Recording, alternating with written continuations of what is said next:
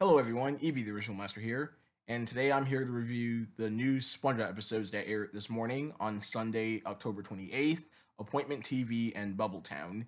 So in Appointment TV, SpongeBob is going to watch the long awaited Mermaid and Barnacle Boy lost episode, which was called The Curse of the Cliffhanger. And so SpongeBob was going to record it, the whole episode on a VHS tape, which was pretty funny because that we were in 2018, and I think in SpongeBob's universe, they're probably stuck in like a weird time zone where they use outdated things like VHS, phone booths, etc.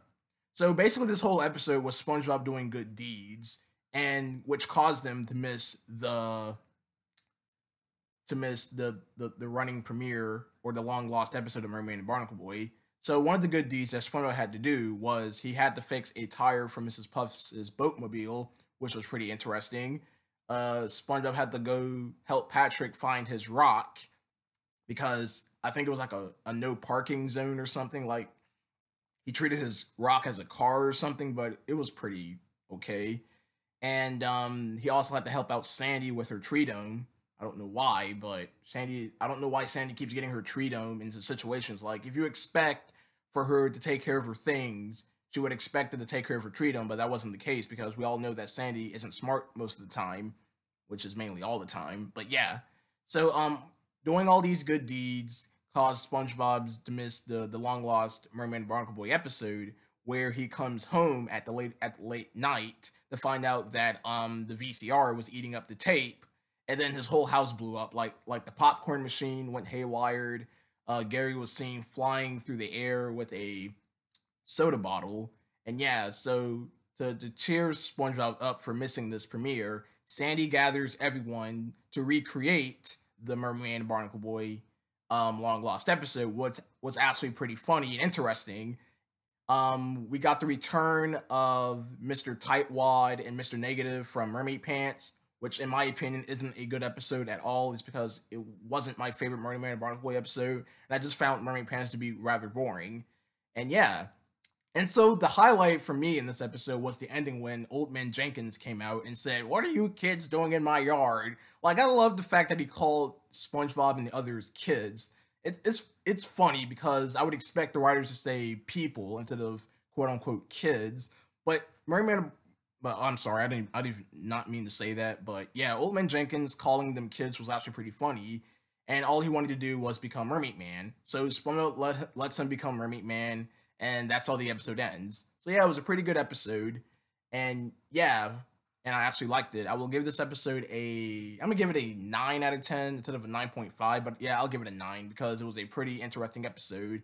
But the whole good deeds thing was not really that interesting, but it was okay at the slightest. So now moving on to Bubbletown. I really didn't like Bubbletown at all, you guys. This episode was rather predictable, and I mean, I wouldn't say predictable, but I would say it was rather on the boring side because all the episode was SpongeBob basically destroying Bubbletown because of his careless actions.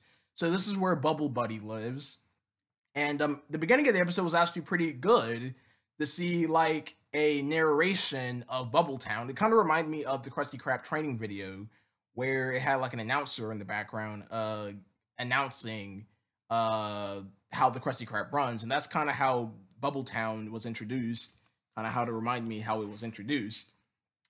Well, let me rephrase that again. The way how Bubbletown was introduced was kind of similar to the Krusty Krab training video.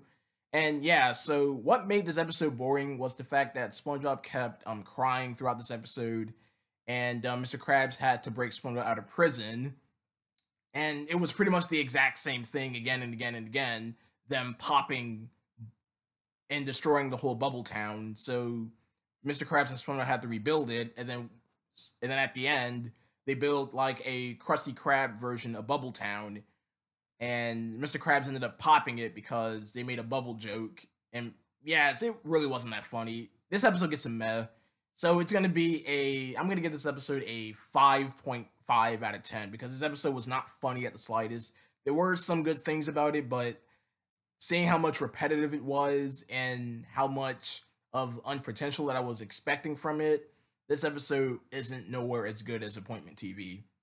So yeah, that's my review for Appointment TV and Bubbletown. Hope you guys enjoyed. I'll see you guys next Sunday on the last premieres of the Sunday episodes of SpongeBob, Girls' Night Out, and Karen's Virus. Again, sorry for the weird mix-up with Bubbletown's review for the slight mistakes, but at least I corrected it and gave you guys the review that you want. Thank you, and I'll see you guys later.